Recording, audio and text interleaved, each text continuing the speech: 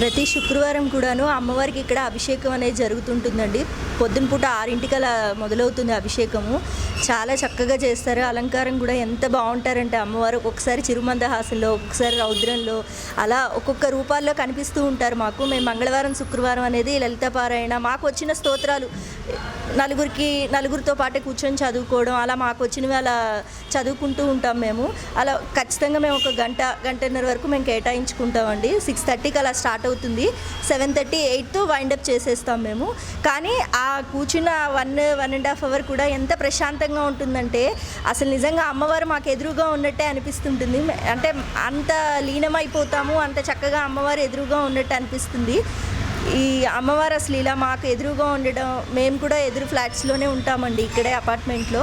కానీ చాలా ఎవ్రీడే వస్తాను ఈవినింగ్ పూట. మంగళవారం, శుక్రవారం అయితే కొంచెం ఎక్కువసేపు అమ్మవారి సన్నిధిలో గడుపుతూ ఉంటాము.